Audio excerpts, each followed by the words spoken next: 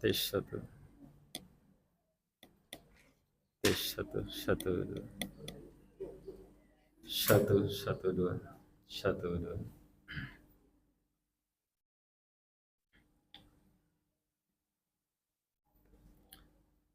Ayo merapat, merapat.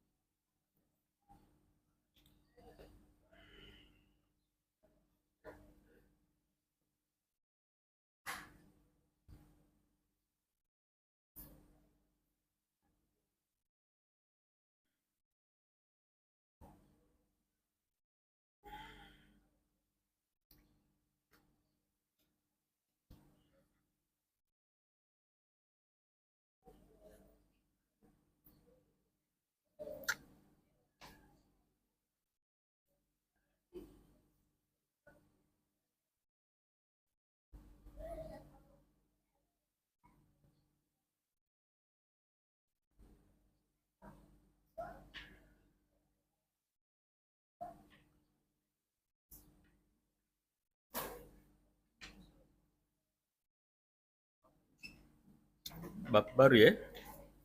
Sekarang al-khauf minasyirk. Hah? Hah? Bab baru. Al-khauf minasyirk.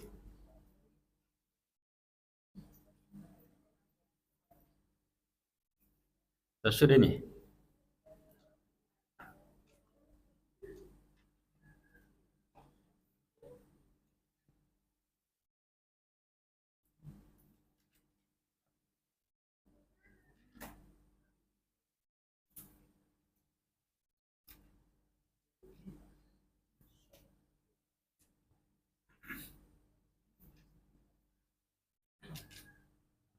Yang lalu kan man haqqaqa tauhid dakhalal jannah bighairi hisab. Sudah ya?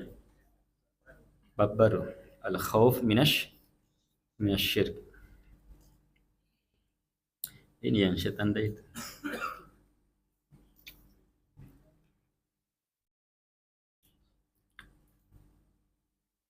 Bismillahirrahmanirrahim. Innal hamdalillah nahmaduhu wa nasta'inuhu wa nastaghfiruh wa na'udzu billahi min shururi anfusina wa sayyiati a'malina. May yahdihillahu fala mudilla lahu wa may yudlil fala hadiya lahu. Wa asyhadu an la ilaha illallah wahdahu la syarika lahu wa asyhadu anna Muhammadan abduhu wa rasuluh. Ya ayyuhalladzina amanu taqullaha haqqa tuqatih wa la tamutunna illa wa antum muslimun. Ma ba'd. Fa inna asdaqal hadithi kitabullah wa khairal hadi hadi Muhammadin sallallahu alaihi wa ala alihi wasallam. Wa syarral umuri muhdatsatuha wa kullu muhdatsatin bid'ah wa kullu bid'atin dhalalah wa kullu dhalalatin finnar. Qala Syekh Muhammad bin Abdul Wahhab rahimahullahu taala, babul khauf minasyirk. Bab al-khauf, takut terhadap kesyirikan. Bab sebelumnya apa? Man haqqaqa tauhida dakhalal jannah bila hisab wala adab. Siapa yang bisa mentahqiq tauhid maka pasti masuk surga tanpa hisab dan tanpa azab. Sudah dipelajari tahqiq tauhid apa? Harus dua. Tegakkan hanya kepada Allah itu ibadah dan selamatkan dari siapapun selain Allah Subhanahu wa taala. Tahqiq tauhid harus dua. Tegakkan tauhid, keikhlasan, kecintaan hanya kepada Allah, harapan hanya kepadanya, takut kepadanya, solat hanya kepadanya, semua ibadah hanya kepadanya. Dan selamatkan diri dari kesyirikan. Jaga ibadah kita, cinta kita, harapan kita, semua ibadah kita, solat kita, ibadah badan, ibadah harta kita, dari siapapun juga selain Allah Subhanahu wa ta'ala. Maka pasti masuk surga tanpa hisab, tanpa azab. Sifat-sifatnya yang paling sempurna apa? Apa sifat-sifat utamanya? Sempurnanya tawakal. Jadi dia dalam dua hal tadi, memurnikan ibadah kepada Allah, hanya bersandar hanya kepada Allah. Dan dari berlepas dari semua selain Allah, juga hanya bersandar hanya kepada Allah Subhanahu wa ta'ala, tidak kepada selainnya. Semakin sempurna tawakal, semakin sempurna tahqiq tauhid. Beliau susulkan dengan bab al-khauf minasyirk, bab takut terhadap kesyirikan. Sebab inilah bencananya. Solat berapapun banyaknya, ibadah berapapun banyaknya, perwujudan cinta kepada Allah, harapan takut kepada Allah, berapapun banyaknya seringnya kita lakukan, kalau bercampur dengan kesyirikan, maka gugur seluruhnya. Ini syirik. Orang semakin mengenal tauhid, pasti semakin takut terhadap syirik.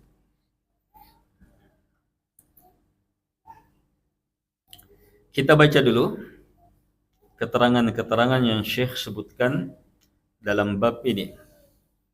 Kemudian kita baca keterangan Syekh Abdurrahman bin Nasir As-Sa'di rahimahullahu taala dalam bab ini. Baik. Apa kata Syekh Muhammad bin Abdul Wahhab rahimahullahu taala? Lihat, wa qaulillahi azza wa jalla, innallaha la yaghfiru an yushraka bi wa yaghfiru ma duna dzalika liman yasha. Sungguh Allah tidak akan mengampuni kesyirikan kepadanya dan mengampuni semua selain syirik. Liman yasha, masih bersyarat liman yasha, bagi mereka yang Allah kehendaki. Baik. Ini ayat pertakutan terhadap syirik yang pertama. Dan memang sangat pantas ayat ini menjadi ilmu-ilmu yang paling mendasar akan bahaya kesyirikan. Sebab tegas sekali dalam ayat, tidak ada ampunan bagi kesyirikan. Kita baca dulu. Wa qala al-Khalilu alaihi salam, berkata Al-Khalil alaihi salatu wassalam. Siapa ini? Nabi Ibrahim. Iya, sallallahu alaihi wasallam. Dalam doa beliau, wajnubni wa baniya an na'budal asnam. Jauhkan saya dan turunan-turunan saya untuk menyembah berhala, menyembah selain Allah Subhanahu wa ta'ala. Ini ayat pertakutan terhadap syirik yang sangat hebat. Sebab dari doa itu terlihat takutnya yang berdoa terhadap syirik. Padahal siapa dia? Manusia yang paling selamat dari kesyirikan. Manusia yang paling sempurna tauhidnya. Justru alamat kesempurnaan tauhid semakin takut terhadap syirik. Ini ilmu penting terhadap bab ini. Jangan merasa aman terhadap syirik. Wah, bahaya sekali.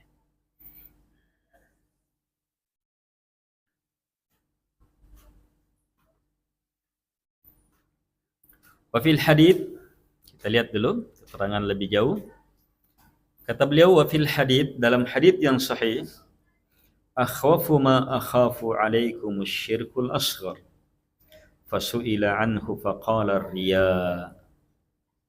Kata beliau sallallahu alaihi wasallam, yang paling saya takutkan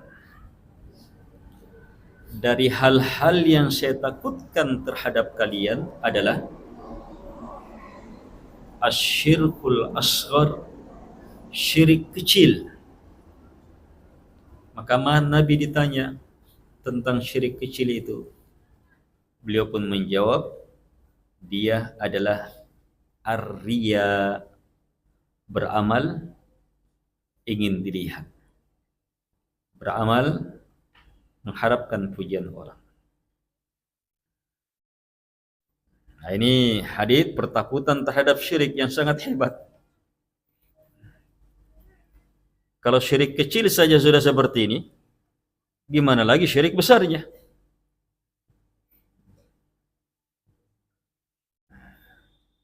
Itu pun syirik kecil sudah masuk apa? Kata Nabi, yang saya paling takutkan terhadap kalian, siapa kalian? Siapa kalian di sini? Para sahabat.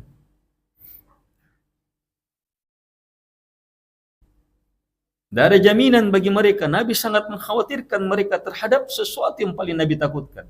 Ternyata apa? Syirik kecil. Wih, mengerikannya ini syirik kecil. Dan kalau tidak ada jaminan, mereka juga dikhawatirkan, maka apa? Itu lebih pasti bagi kita. Ini ilmu mengharuskan takut terhadap syirik. Jangan merasa aman. La ilaha illallah. Keterangan selanjutnya, wa 'an Ibnu Mas'udin radhiyallahu anhu, dari sahabat Abdullah bin Mas'ud radhiyallahu anhu.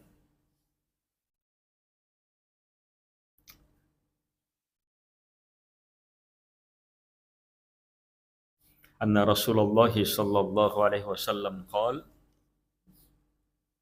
"Man mata wa huwa yad'u lillahi nidda dakhala an-nar," rawahul Bukhari. Siapapun yang meninggal wa huwa, dalam keadaan, waw di situ haliyah, waw menunjukkan kondisi. Siapa yang meninggal dalam kondisi yad'u, berdoa, lillah, yad'u, berdoa,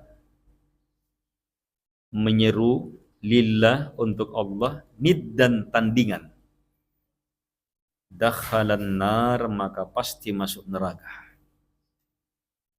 Ini bentuk apa? Syarat dan jawaban. Siapa yang begini, maka begini. Berarti apa? Pasti masuk neraka kalau meninggal. Pasti masuk neraka kalau meninggal dalam keadaan apa?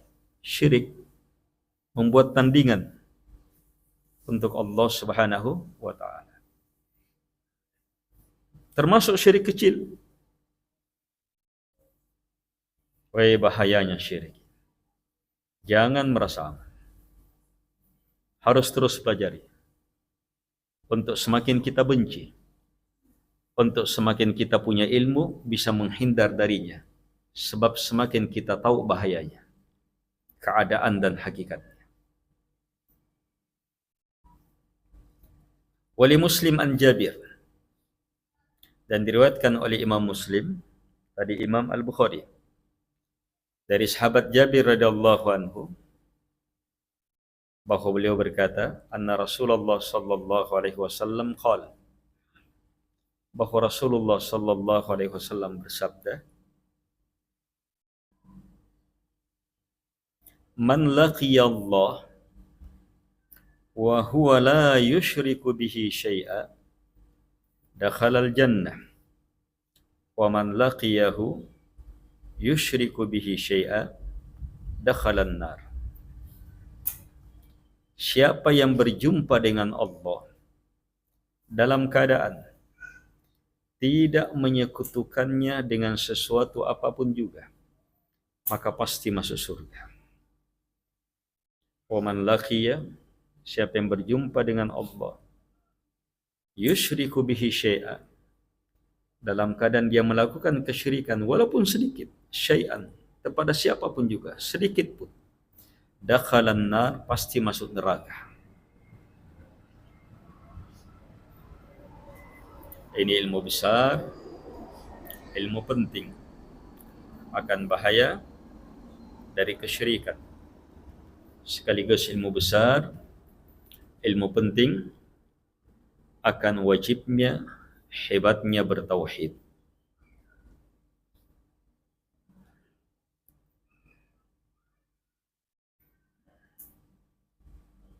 Salah satu cara agar supaya tauhid kita semakin baik, semakin selamat dari syirik, menghadiri majelis-majelis yang pembahasannya langsung kitabut tauhid, itu harus semakin perbaiki niat. Datang memang karena mau bertauhid, datang memang karena mau selamat dari syirik.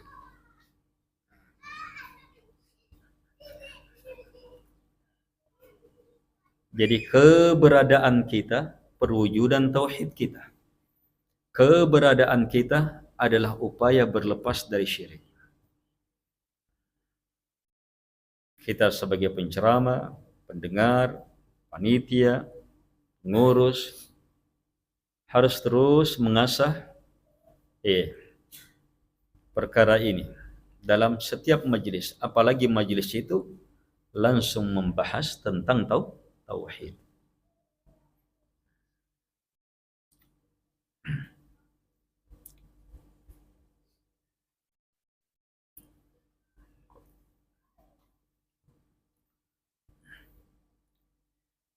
Baik, selesai keterangan beliau Syekh Muhammad bin Abdul Wahhab rahimahullahu taala dalam bab ini.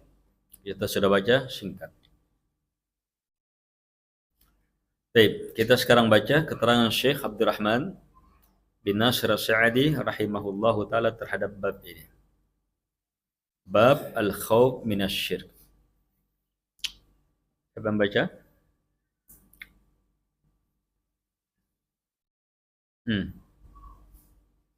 Ya, tafadhal.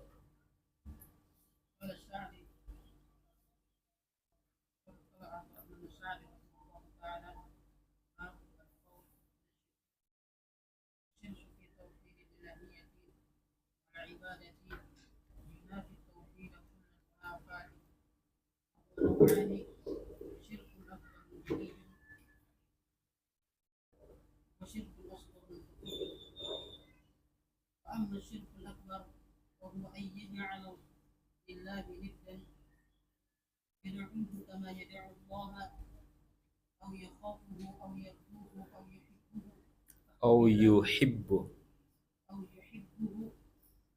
كحب الله أو يصرف له نوعا من أنواع العبادة فهذا الشرك لا يبقى مع صاحبه من التوحيد شيء وهذا المشرك الذي حرم الله عليه الجنة ومأواه النار. Baik. Sampai situ dulu. Kata beliau rahimahullahu taala, lihat bab takut terhadap syirik.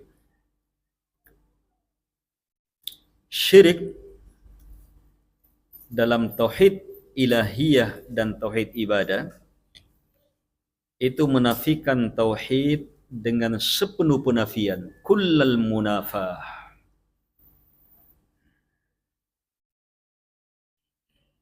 Iya. Berarti di sini Syekh mau mengkhususkan apa di sini? Al-khauf minasyirik, syirik apa? Syirik dalam ibadah. Sebab memang dari awal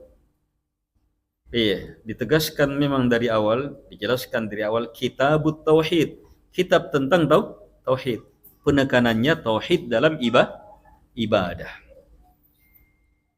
Walaupun tauhid bukan hanya itu. Tauhid melingkup dalam rububiyah, dalam asma wa sifat. Hanya perkara ibadah ini yang paling mendasar. Di sini perselisihan yang sangat banyak.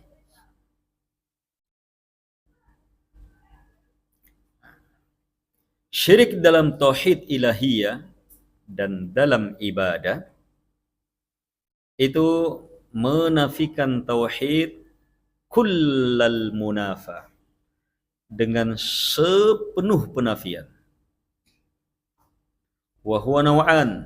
Syirik itu ada dua jenis. Ada syirkun akbar jali.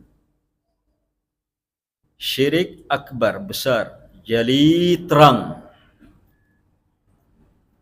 jelas. Yang kedua, syirkun asgharu khafi.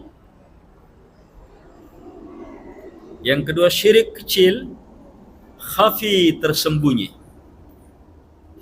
Ada yang bagi tiga: syirik akbar, syirik asghar, syirik khafi, dia sendirikan. Iya. Syirkun khafi disendirikan.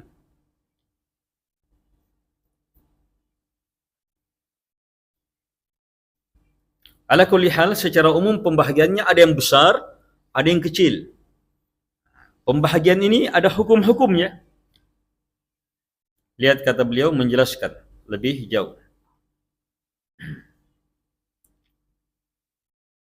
Amma syirkul akbar, adapun syirik akbar,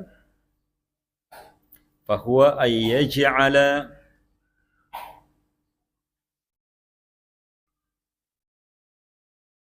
lillahi niddan. Seseorang menjadikan untuk Allah niddan, tandingan.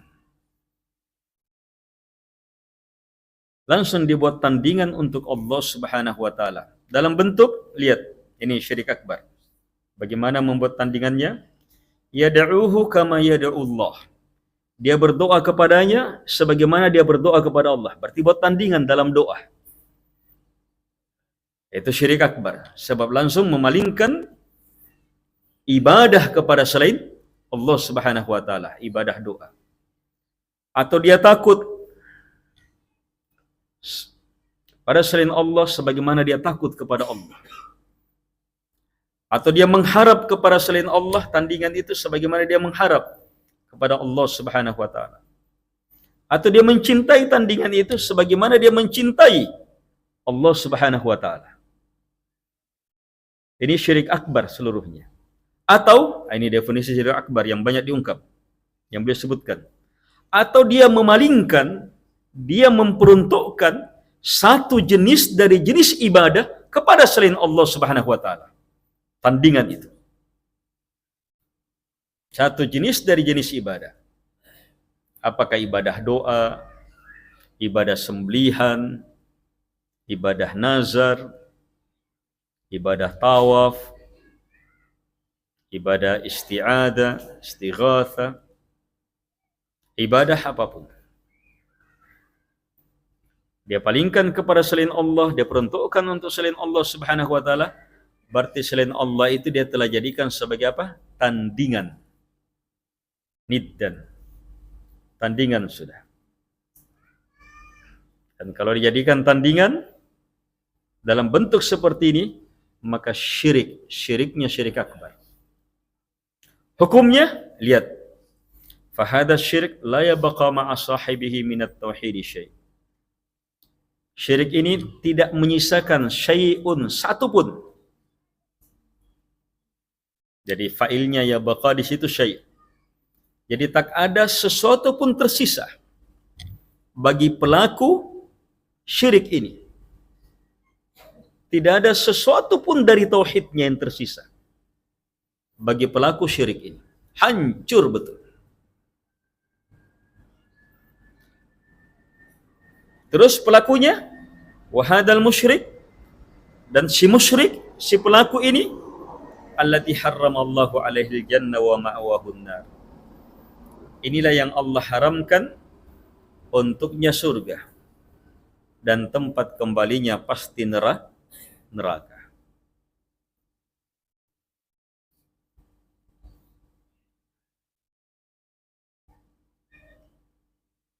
Ini bahayanya ini. Ini perlu dipelajari. Definisinya jelas. Lihat keterangan Syekh ini, syirik akbar yang disebutkan oleh Syekh ini jelas sekali. Terang, mudah terpahami. Lihat, dia berdoa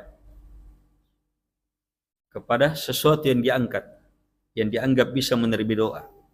Tandingan. Terserah dia, malaikat kah, para nabi kah, terserah. Dia berdoa kepadanya sebagaimana dia berdoa kepada Allah. Itu syirik akbar. Atau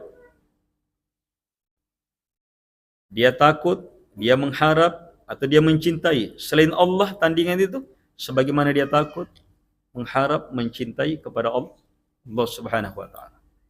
Ini 3 rukun ibadah. Dia palingkan kepada selain Allah. Selanjutnya beliau sebutkan yang terakhir, dia memalingkan, memperuntukkan satu jenis ibadah kepada selain Allah Subhanahu wa taala. Itu syirik akbar dalam ibadah.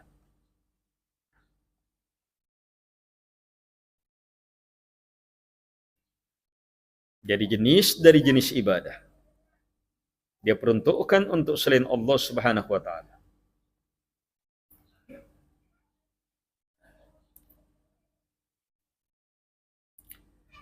Baik. Hukum kesyirikan ini menghancurkan tauhid seutuhnya. Pelakunya musyrik, kafir, kekal dalam neraka. Haram baginya surga. Selanjutnya beliau memberi ilmu yang sangat penting. Kata beliau, coba lanjutkan.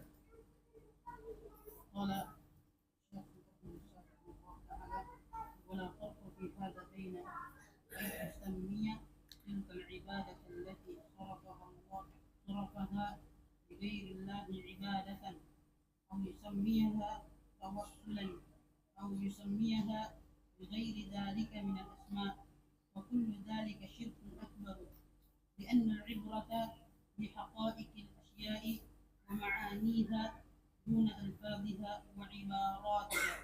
Baik, ini ilmu penting sekali. Wala farq. Kata Syekh, tak ada perbedaan fi hadza dalam hukum ini, dalam perkara ini, antara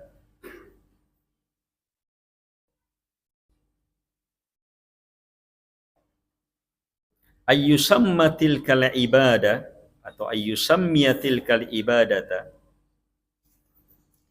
dia menamakan ibadah itu, ibadah yang dia palingkan kepada selain Allah sebagai ibadah, au yusammiyaha atau yusammiyaha, dia menamakannya tawassulan, au yusammiha bi ghairi dzalik, atau dia namakannya dengan nama-nama yang lainnya, bi ghairil asma. Minal asma, dengan nama-nama yang lain. Jadi apapun namanya, kalau memang ada jenis ibadah diperuntukkan kepada selain Allah, itu tetap syirik. Kita menganggap itu sebagai ibadah kepada selain Allah, atau sekedar tawassul, atau penamaan apapun, apa penamaan lainnya, penghormatan. Penamaan lainnya apa? Ziarah. Penamaan lainnya sebagai tawajjuh saja, sebagai syiar saja. Apapun penamaannya, maka tetap hukumnya syirik akbar. Kaidahnya ini kaidahnya. Al-ibrah bihaqaiqil asya wa ma'aniha duna alfadhiha wa ibaratiha. Sebab yang terhitung, yang teranggap, yang jadi patokan adalah hakikat perkara, makna dari perkara itu, bukan sekedar lafadznya. Jadi kalau ada orang yang berdoa ke kuburan seseorang,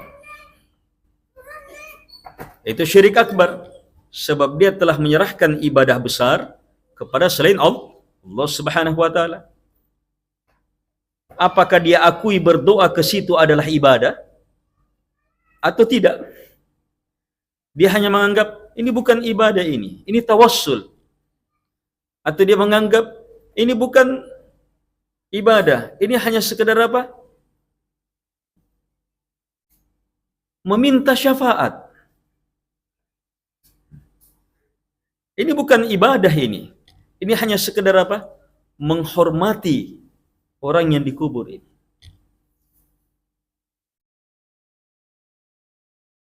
Atau dianggap sebagai apa? Cinta. Ini perwujudan cinta kepada mereka. Terserah apapun namanya. Hukumnya tetap haram syirikan. Sebab apa? Salah satu cara syaitan yang sangat ampuh menjerumuskan seseorang dengan apa? Mendatangkan pelanggaran itu dengan apa? Lafaz-lafaz yang berbeda.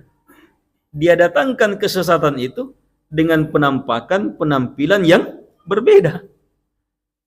Tapi kalau sama, ya tetap hukumnya sama. Kalau yang paling nampak, lihat riba. Kalau orang bilang riba, woi. Tapi enggak ada orang mau sengaja, ayo sini kita bermuamalah riba. Enggak ada. Ini bukan riba, bunga. Kerennya boleh namanya, bunga. Kalau ada tambahan desa, tak boleh lagi. Bunga desa.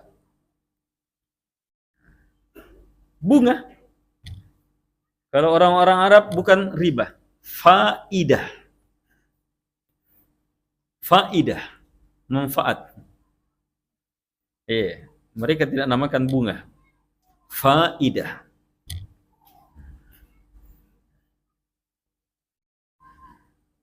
Kalau kita bunga. Tidak tahu dari mana kenapa sampai jadi bunga itu.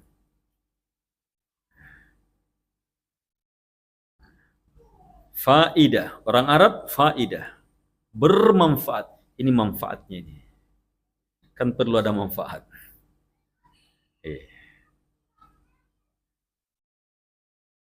Terserah dia namakan. Ini balas jasanya ini. Ini keuntungannya ini. Ada kata keuntungan kecilnya ini. Ini balas jasanya ini. Jadi saya tambah-tambahin balas jasanya ini. Terserah apapun namanya. Kalau bentuknya riba, tetap riba. Haram seharam-haramnya. Demikian pula syirik. Jadi yang perlu dicermati itu, definisi itu, pahami betul, hafal betul itu definisi. Beliau langsung sebutkan, membuat tandingan untuk Allah seperti berdoa kepada Allah, kepada selain Allah, sebagaimana dia berdoa kepada Allah. Langsung beliau sebutkan contoh doa. Sebab itu syirik yang paling banyak. Berdoa. Kalau kita di sini berdoa ke Kokbang, kuburannya Syekh Yusuf, kuburannya Datuk Tiro, Datuk Rimuseng, kuburannya Imam Lapeo. Kalau yang suka main bola, kuburannya Ramang.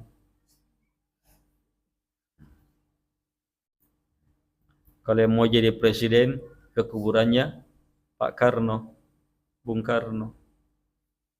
Kalau yang mau jadi bencong, ke kuburannya Bencong.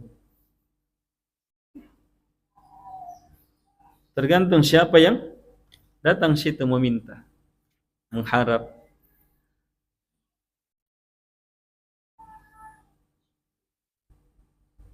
Itu syirik seluruhnya.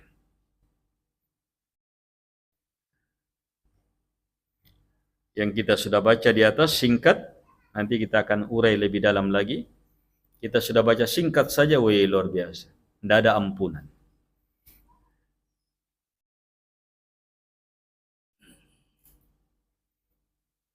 Saking mengerikannya, Nabi dan Rasul yang paling hebat tauhidnya, paling selamat dari syirik, justru paling takut terhadap syirik. Para sahabat pun, kata Nabi, yang paling saya takutkan kepada kalian ternyata syirik. Di antara hal yang menakutkan dari syirik ini, ternyata ada syirik asghar juga. Apa syirik asghar? Kalau akbar tadi atas, doa kepada selain Allah, atau apa? Dia menyerahkan rukun ibadah, mencintai selain Allah sebagaimana dia mencintai Allah, mengharap kepada selain Allah sebagaimana mengharap kepada Allah, takut kepada Allah sebagaimana takut kepada Allah Subhanahu wa taala. Yang praktis umum apa? Dia apa? Menyerahkan nau'an, jenis, satu dari jenis ibadah, walaupun satu dari jenis ibadah. Dari mana kita tahu itu ibadah? Kalau Allah perintahkan, Allah cintai, berarti itu ibadah. Termasuk menyembelih, cera, menyembelih, berkorban, itu ibadah besar. Kapan dipalingkan kepada selain Allah Subhanahu wa taala? Syirik akbar.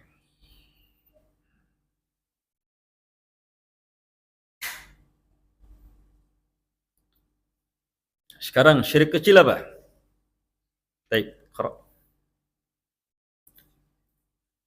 Lanjut. قال الشيخ محمد سعد رحمه الله تعالى: واما الشرك الاصغر وهو جميع الاقوال والافعال التي يتوسل بها الى الشرك كالغلو في المخلوق الذي لا يبلغ رتبه العباده كالحلف بغير الله ويسير الرياء ونحو ذلك. فاذا كان الشرك ينافي التوحيد. Baik, sampai situ dulu. Kata beliau rahimahullahu taala, adapun syirik asghar, maka dia adalah jami'ul aqwal. Ini syirik akbar. Seluruh ucapan, wal af'al, dan seluruh perbuatan, allati, yang yutawassalu biha, yang dijadikan sebagai sarana, jembatan, ila syirik, kepada kesyirikan. Jadi syirik asghar, segala perbuatan, ucapan yang menjadi tangga menuju syirik akbar tadi. Dia belum syirik akbar, tapi jalannya ke situ dia buka, dia tempuh. Itu syirik asghar. Apakah dia ucapan atau perbuatan? Beliau langsung contohkan. Kal ghulu, seperti ghulu. Bersikap ghulu, lewat batas. Fil makhluk, pada makhluk, alladzi la yablughu rutbatal ibadah. Makhluk, ghulu kepada makhluk yang belum sampai ke dalam derajat ibadah. Sebab ada bentuk ghulu, sudah menyembah kepadanya. Tapi kalau ghulunya belum sampai menyembahnya, maka itu syirik asghar.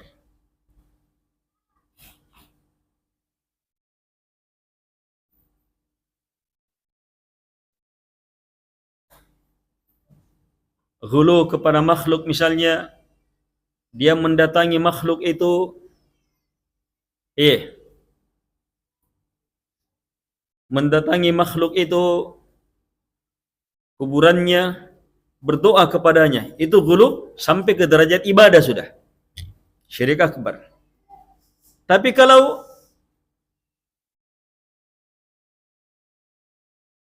dia belum berdoa kepadanya, hanya menganggap sanna bajina punna pala doang ki mangeri karainta riampi naki. Misalnya, wah bagus sekali tuh kalau di samping kuburannya si anu kita minta, kita baca Rabbana atina fid dunya hasanah wa fil akhirati hasanah wa qina adzaban. Kita minta kepada Allah. Ini berdoa kepada Allah, bukan syirik.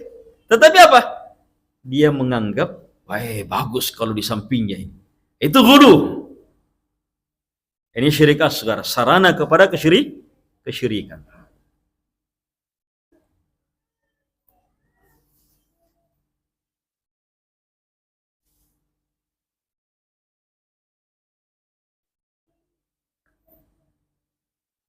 Dan bab-bab dalam Kitabut Tauhid itu akan mengurai bentuk-bentuk ini. Contoh lain, al-half Al-halfu bi ghairillah, bersumpah dengan nama selain Allah Subhanahu wa taala. Itu bentuk dari bentuk kesyirikan, syirik asghar. Kalau orang berdiri sujud kepada selain Allah, syirik akbar. Tapi kalau sumpah, belum sampai. Sumpah bentuk dari bentuk pembesaran. Itu sumpah itu, kita menyebut sesuatu yang besar. Supaya orang percaya, kan begitu? Dan tidak ada yang lebih besar dari Allah Subhanahu wa taala. Dia pun bersumpah, demi Allah. Harusnya seperti itu. Sehingga ketika ada orang bersumpah demi si anu, selain Allah yang disebut, berarti apa?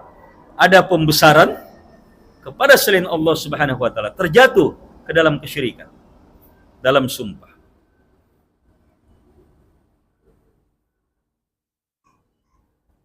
Ini syirik asghar. Tapi kalau pembesarannya sudah sama seperti membesarkan selain Allah Subhanahu wa taala, pembesarannya kepada selain Allah sama seperti membesarkan Allah Subhanahu wa taala dalam sumpahnya, itu syirik akbar.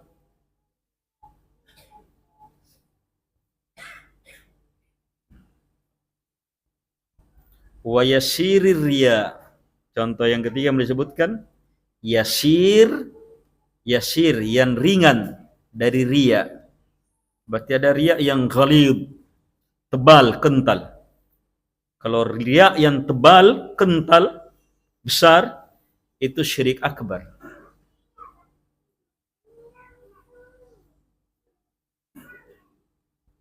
Jadi ada riya syirik akbar. Kenapa? Hidupnya memang hanya untuk orang. Dia keluar, dia ini, hanya pandangan orang yang diharap. Itu riya tebal. Syirik akbar sudah itu. Kalau yang yasir, amalan tertentu. Amalan ini hanya mengharapkan pujian Allah. Tapi di amalan tertentu, dia mengharapkan pujian selain Allah Subhanahu wa taala.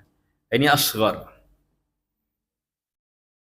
Kalau akbar, menggugurkan semua amalan. Semuanya amalan yang berhubungan dengan amalannya yang sebelumnya seluruhnya amalannya habis. Kalau asghar hanya menggugurkan apa? Amalan itu saja. Amalan itu saja.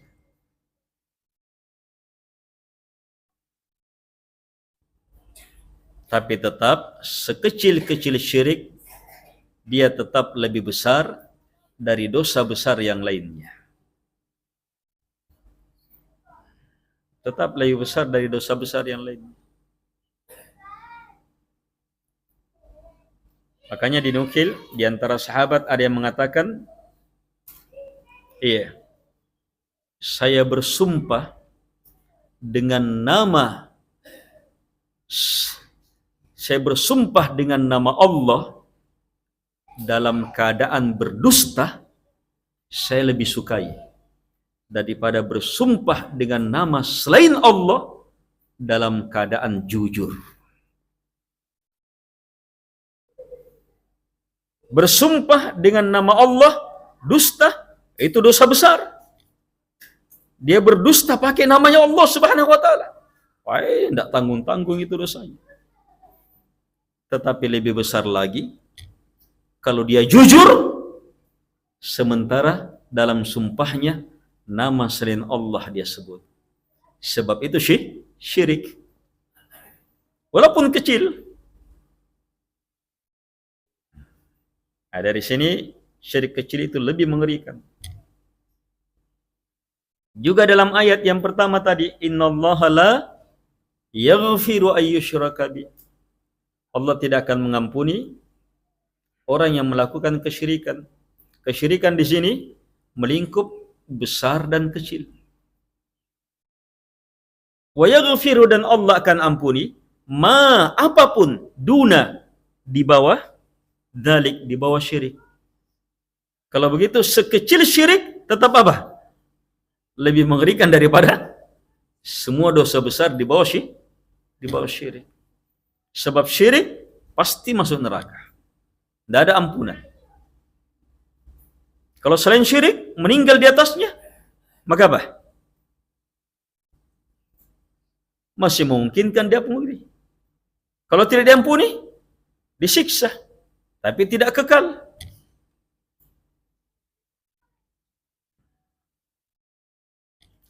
Al-ikhwah wal akhwat rahimakumullah.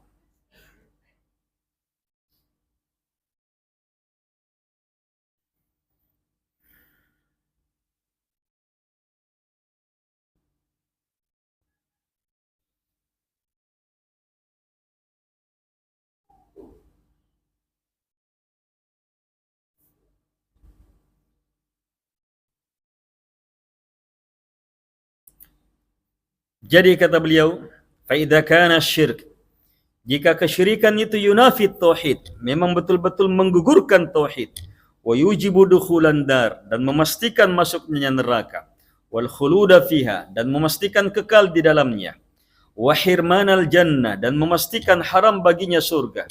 Idza kana akbar, kalau dia syirik akbar.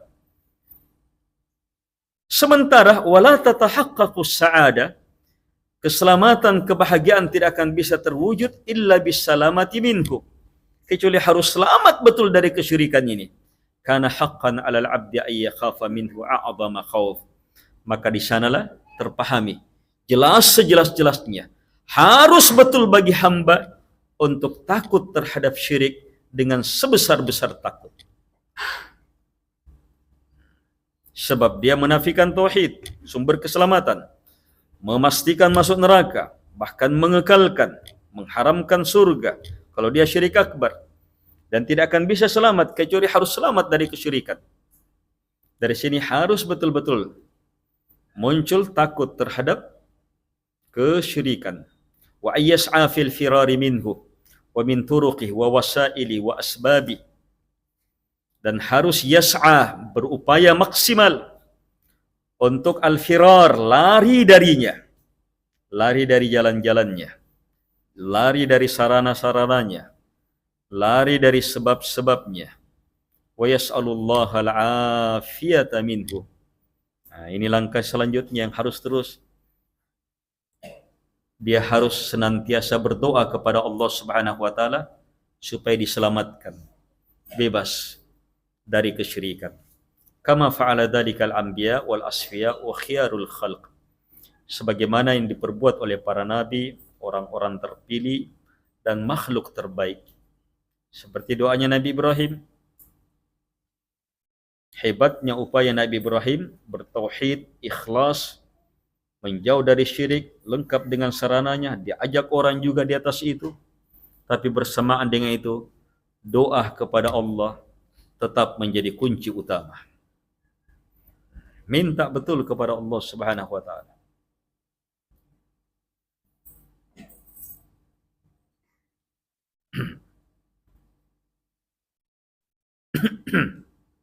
Yang akhirnya Syekh rahimahullahu taala mengatakan, wa 'alal abdi, karena itu wajib bagi hamba, ayyajtahidah, untuk bersungguh-sungguh, fi tamiyatil ikhlas, untuk membangun, menumbuhkan keikhlasan fi qalbi, di dalam hatinya, wa taqwiyatihi, dan untuk memperkuatnya.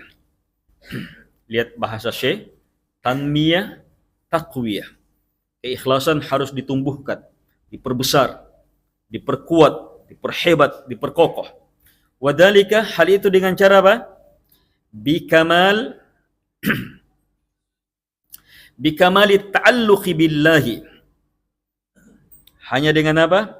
Terus menyempurnakan ta'alluq, keterikatan, ketergantungan hanya kepada Allah Subhanahu wa taala. Apakah dalam bentuk betul-betul memperhambakan diri kepadanya, dalam bentuk inabah, senantiasa kembali kepadanya, dalam bentuk khauf, hanya takut kepadanya, wa raja'a, dalam bentuk harapan, senantiasa mengharap kepadanya, wa tama'a, dan dalam bentuk tamak, hasrat penuhnya hanya kepada Allah, wa qasdan, seluruh maksudnya, limardati, semata mengejar keridaannya, wa thawabi, semata mengharap pahalanya, fi kulli ma yaf'aluhu al-'abd, fi kulli ma yaf'aluhu al-'abd, pada seluruh yang dilakukan oleh hamba.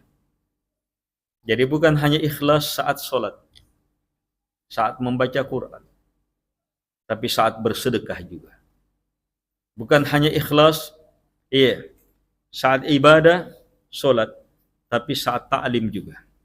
Bukan hanya ikhlas saat ta'lim, belajar, tapi saat jadi pengurus juga. Keikhlasan harus terus dijaga. Kepengurusan goncang masalah, seluruhnya masalahnya efek dari keikhlasan yang berkurang, cacat. Tidak ada yang keluar dari itu.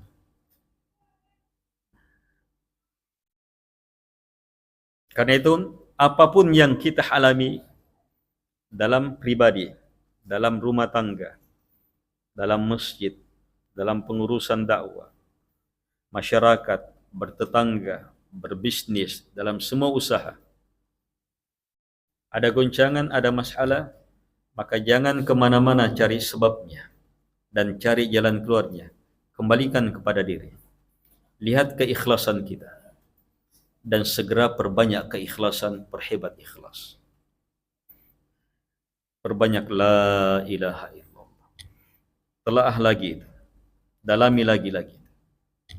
Pasti di situ sebabnya. Dan di situ juga jalan keluarnya. Itu juga perbaikannya.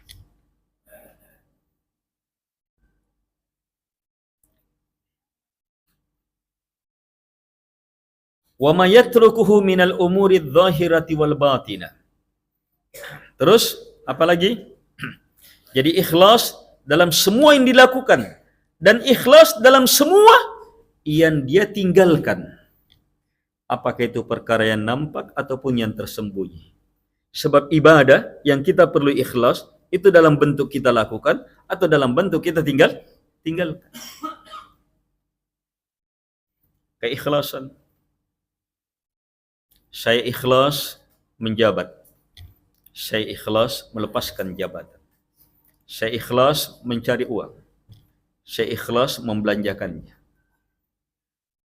Saya ikhlas dalam berjumpa. Saya ikhlas dalam berpisah. Ikhlas dalam semua keadaan. Ikhlas dalam melakukan ketaatan. Ikhlas juga dalam meninggalkan dosa. Karena Allah Subhanahu wa ta'ala. Bukan karena yang lain. Dan keikhlasan terus lihat. Yang diikhlaskan itu apa? Cinta, harapan, takut. Dan seluruh jenis ibadah. Apalagi doa.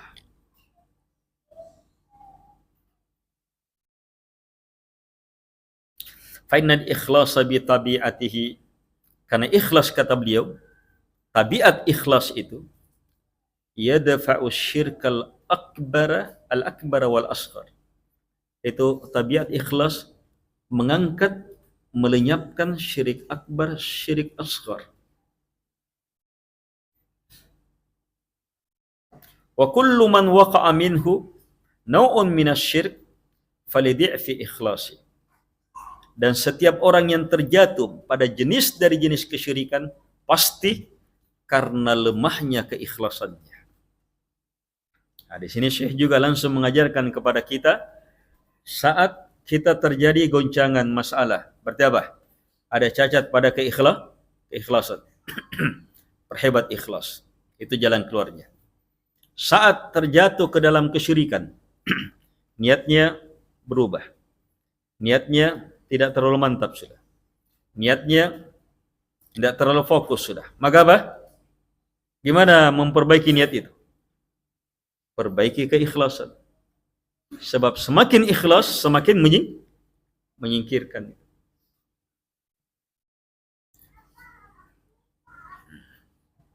Semakin perbaiki keikhlasan. Hanya untuk ikhlas harus dua.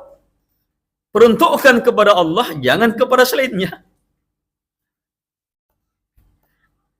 Banyak-banyak orang, ketika sholat misalnya, sholat, ada ajakan riya, ada ajakan ria. Maka dia berusaha lawan. Caranya apa? Dia berusaha ikhlas. Fokus. Hanya mengharapkan cintanya Allah. Harapan kepadanya. Bagus. Tapi nanti lebih hebat kalau langsung diiringi keduanya. Fokus mengharapkan pahala Allah, pujian Allah, ridhanya Allah, dan haramkan, benci pujiannya yang lain. Benci pujiannya yang lain. Nah, di situ akan terwujud keikhlasan. Jadi dua sisi. Makanya kalimat ikhlas itu apa? La ilaha illallah, penafian dan penetapan. Baik, selesai keterangan Syekh Abdurrahman bin Nasir As-Sa'di rahimahullahu ta'ala. Baik, tinggal kita masuk mengurai bab ini dari awal ya. Kita baca bab ini dengan sedikit mendalami kandungan ayat-ayatnya. Insyaallah ini di pertemuan selanjutnya. Jadi ingatkan ya, pertemuan selanjutnya baca tafsir lebih dalam. Innallaha la yaghfiru ayyushraka bih. Kita mau baca lebih dalam supaya lebih paham.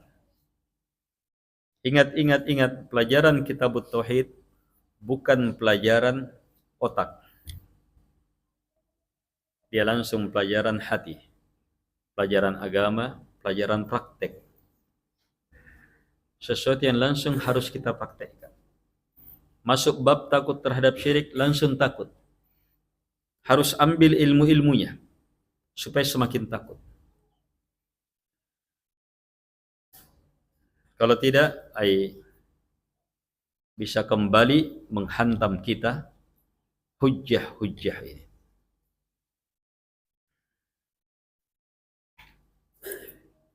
Baik.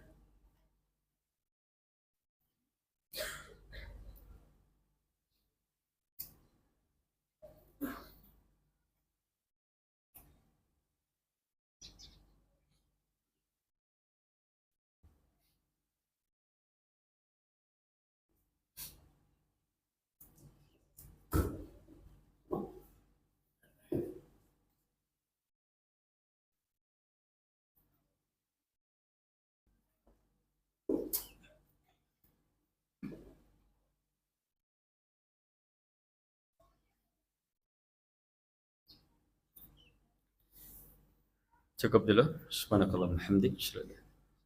Assalamualaikum warahmatullahi wabarakatuh.